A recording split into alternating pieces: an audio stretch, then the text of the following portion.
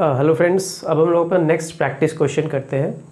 तो next question हमारा है, if angle A and angle B are acute angles. मतलब ये एंगल्स की बात हो रही है, तो हमें सबसे पहले ट्रिगोनोमेट्री में अगर एंगल्स की बात हो तो एक ट्रायंगल ड्रॉ करना पड़ेगा। ठीक है, तो हम लोग एक ट्रायंगल ड्रॉ कर लेते हैं। दिस इज आवर ट्रायंगल और ये हमारा राइट एंगल ट्रायंगल है। ठीक है, this is our right angle triangle जहाँ पे ये 90 डिग्री है।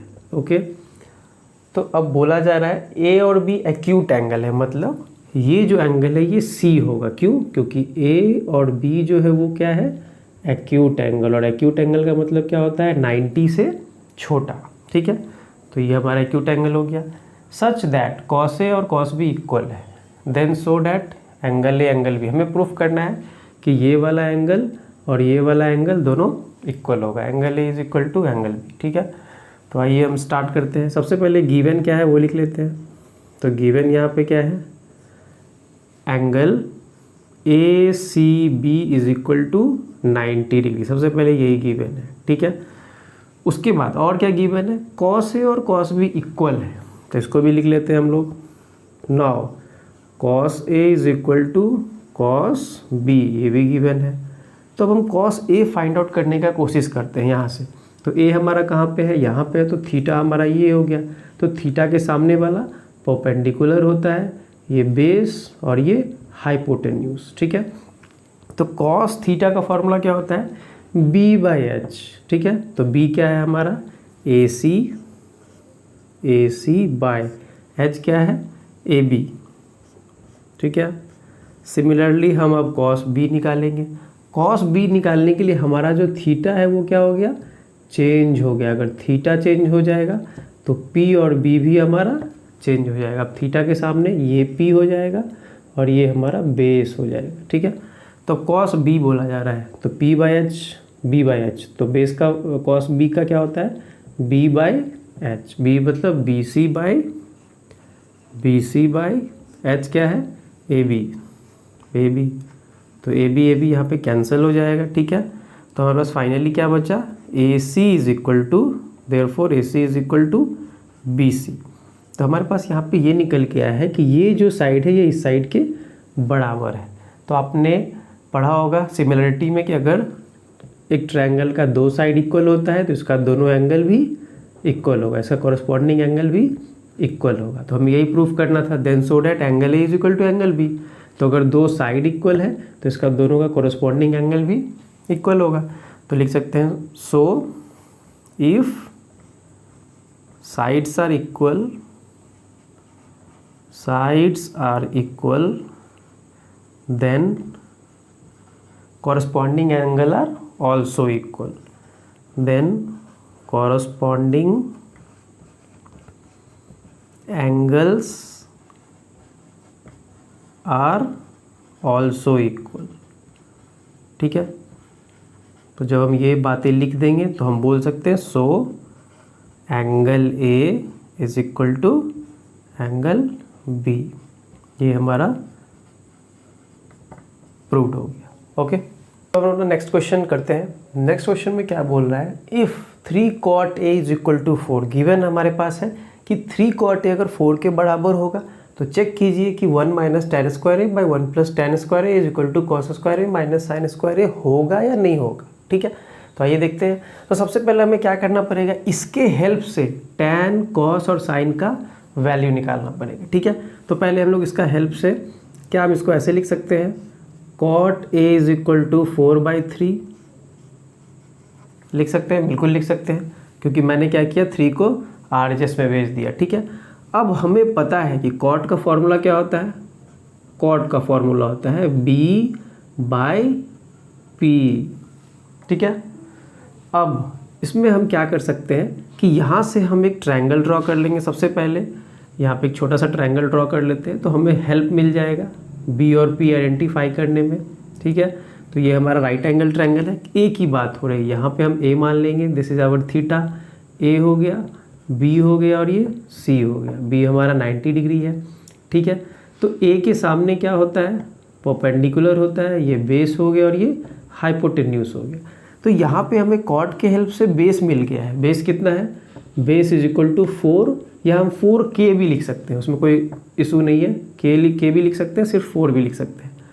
p क्या है 3, तो हम 3 भी लिख सकते हैं, 3k भी लिख सकते हैं। ठीक है, हमें h निकालना है। सबसे पहले हम यहाँ पे h निकाल लेंगे।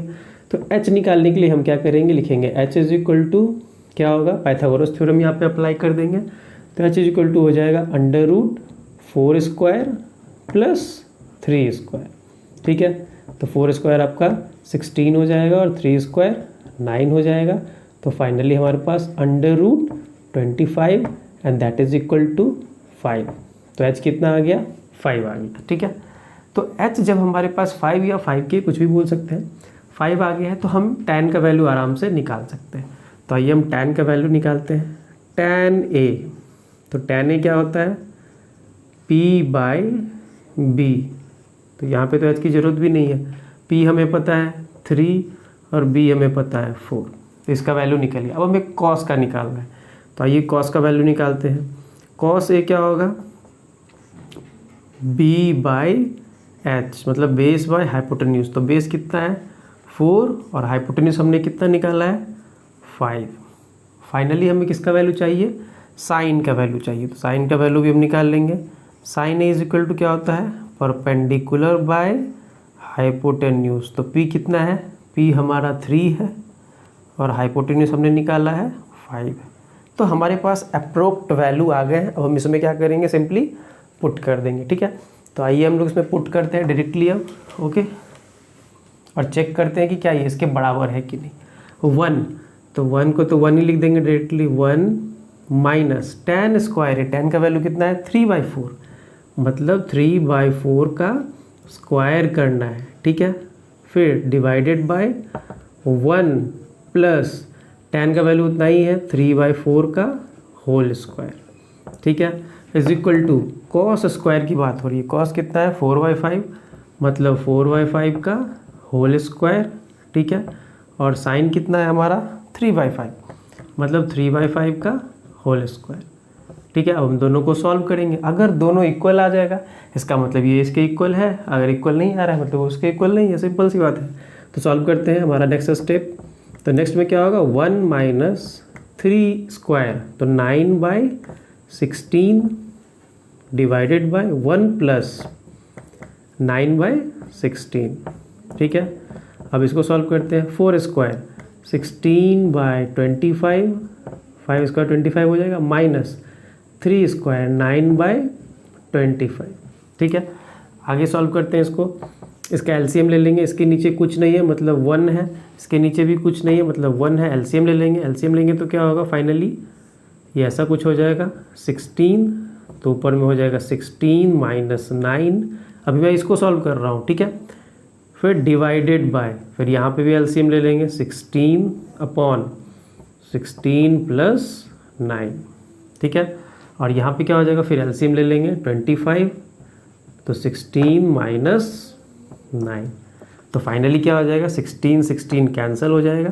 यहाँ पे 16 माइनस 9 है, तो 16 में से 9 घटाएंगे तो 7 आ जाएगा, बाय 16 प्लस 9 25, इधर 16 माइनस 9 7/25, मतलब therefore LHS is equal to RHS। ठीक है, तो ये हमारा यस होगा। Yes this LHS is equal to RHS। तो ये हमारा सॉल्यूशन हो गया। ठीक है फ्रेंड्स, अब हम लोग अपना नेक्स्ट क्वेश्चन देखते हैं, नेक्स्ट प्रैक्टिस क्वेश्चन। इसमें क्या पूछा जा रहा है, in triangle PQR right angle at Q। तो सबसे पहले क्या करेंगे, PQR ट्रायंगल एक बना लेंगे। राइट एंगल किस पे है, Q पे है। तो ये हमारा एक ट्रायंगल बनने जा रहा है। This is our right angle triangle. ठीक है,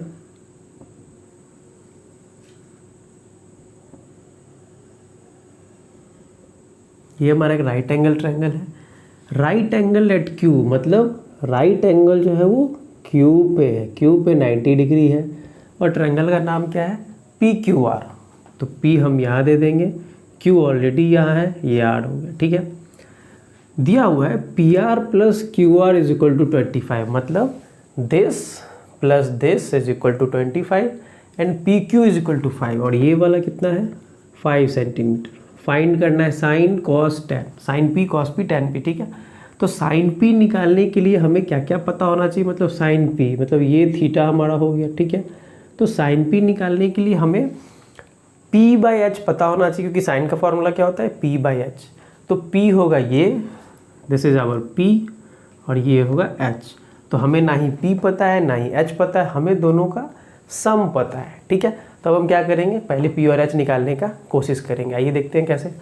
तो सबसे पहले हम इसमें क्या करेंगे, पाइथागोरस थ्योरम डायरेक्टली लगा सकते हैं, ठीक है। तो पाइथागोरस थ्योरम क्या बोलता है, P R square is equal to P Q square plus Q R square. तो लिखेंगे यहाँ पे अप्लाइंग पाइथागोरस थ्योरम, ठीक है, पाइथागोरस थ्योरम। तो अगर हम पाइथागोरस थ्योरम अप्लाई करेंगे तो क्या हो जाएगा, यहाँ पे P R square is equal to P Q square plus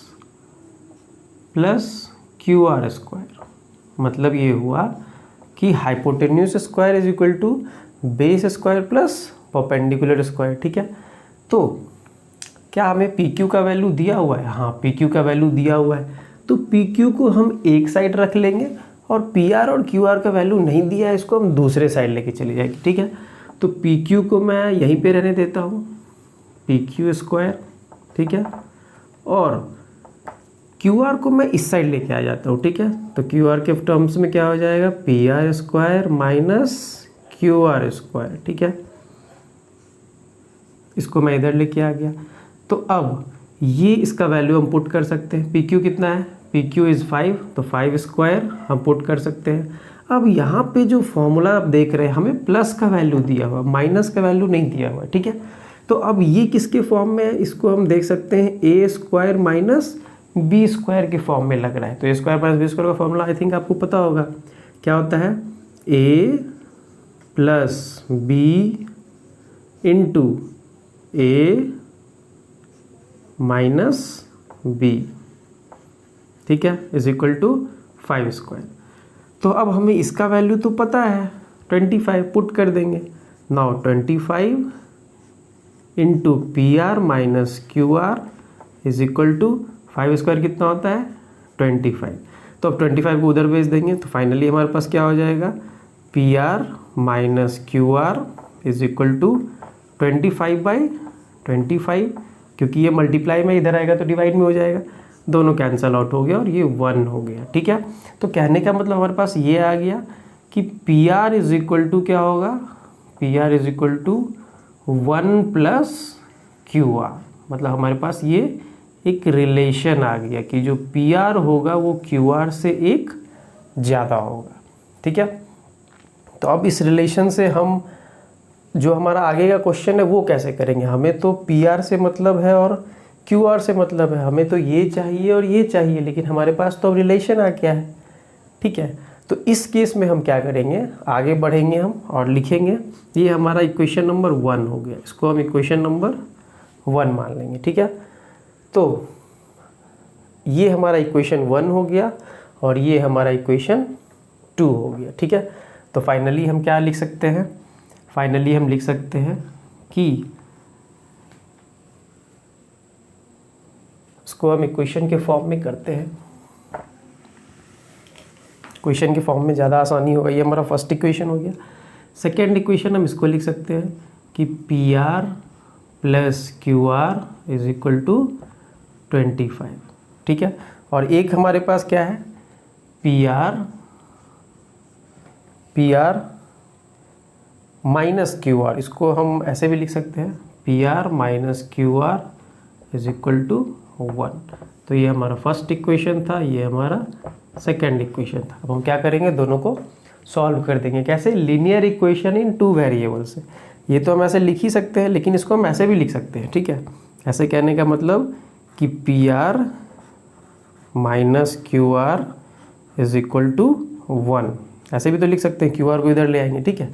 तो फाइनली ये दोनों कैंसिल हो जाएगा, ठीक है। और हमारे पास क्या आ जाएगा, 2PR, क्योंकि हमने पी आर को ऐड कर दिया, 2PR is equal to 26। Therefore PR कितना आ जाएगा, PR is equal to 26/2। Cancel होके हमारे पास 13 आ जाएगा। तो पी आर 13 हो गया। तो अब क्यू आर कितना होगा, पी आर अगर 13 हो गया तो क्यू आर जो होगा वो होगा 1 को हम इधर ले आएंगे, तो Q R is equal to P R minus 1, या फिर आप कुछ भी कर सकते हैं, इसी में पुट कर देते हैं। पी आर कितना आ गया है 13। अब हम इसको इक्वेशन 2 में पुट कर देंगे, तो P R plus Q R is equal to क्या है हमारे पास 25 है। तो पी आर का वैल्यू कितना है 13 आया है। 13 plus Q R is equal to 25। तो देयरफॉर यहाँ से क्यू आर क्या हो जाएगा, Q R is equal to 25 minus 13, जो that is equal to 12 centimetre. ठीक है, तो हमारा ये पी आर का वैल्यू आ गया और क्यू आर का वैल्यू आ गया। ठीक है, तो अब हमें निकालना क्या है, साइन पी निकालना है। ठीक है, तो साइन पी का फॉर्मूला आपको पता ही है। साइन पी क्या होता है, sine P is equal to होता है पी बाई एच, मतलब परपेंडिकुलर बाय हाइपोटेन्यूज। ठीक है, तो यहाँ पे हमारा परपेंडिकुलर कितना था, फिगर में रिकॉल कीजिए। तो परपेंडिकुलर हमारा इस साइड में बेस था और इस साइड में परपेंडिकुलर था। ठीक है, तो परपेंडिकुलर हमारा यहाँ पे कितना आया 12 और हाइपोटेन्यूज कितना आया 13। तो साइन पी का वैल्यू कितना हो जाएगा, sine P is equal to 12/13, ये हमारा आंसर हो गया। ठीक है, कॉस पी पूछा जा रहा है, तो कॉस पी फिर क्या हो जाएगा, कॉस पी क्या होता है बी बाई एच। तो हमारा इस साइड बेस था, तो बेस हमारा दिया हुआ था 5/13। और फाइनली tan पी पूछा जा रहा है, तो tan पी कितना हो जाएगा, tan P is equal to P by B होता है, p बाई बी। तो p कितना है, p हमारा यहाँ पे 12 है और b कितना है 5, तो 12/5 इज आवर आंसर। ठीक है।